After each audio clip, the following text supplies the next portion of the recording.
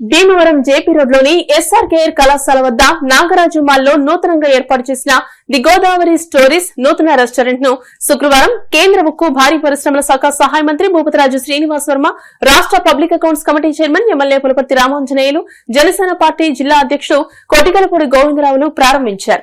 ఈ సందర్భంగా శ్రీనివాస్ వర్మ అంజిబాబులు మాట్లాడుతూ భీమవరం పట్టణం రోజు రోజుకి అభివృద్ది చెందుతుందని, ది గోదావరి స్టోరీస్ లాంటి రెస్టారెంట్ల ఆవశ్యకత ఉందని అన్నారు.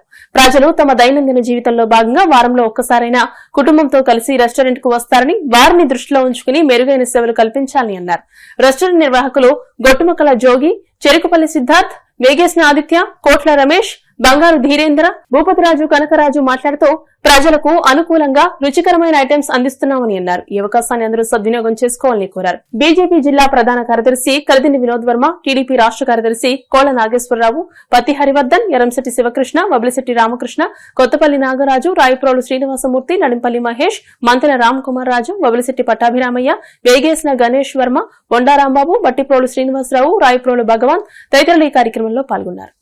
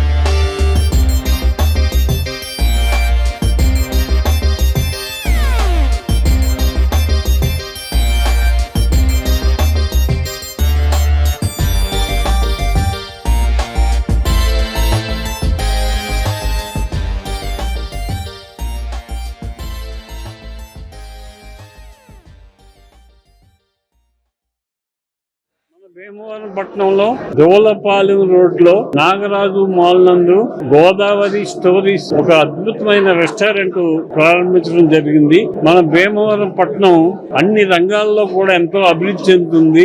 ఈ అభివృద్ధి చెందుతున్న పట్టణానికి నిత్యం వందలాది మంది, వేలాది మంది భీమవరం పట్టణం వచ్చి వెళ్తూ ఉంటారు. దానికి అనుగుణంగా వ్యాపార సంస్థలు కూడా ఉంటే వచ్చిన వారికి సౌకర్యాలు ఉంటాయి.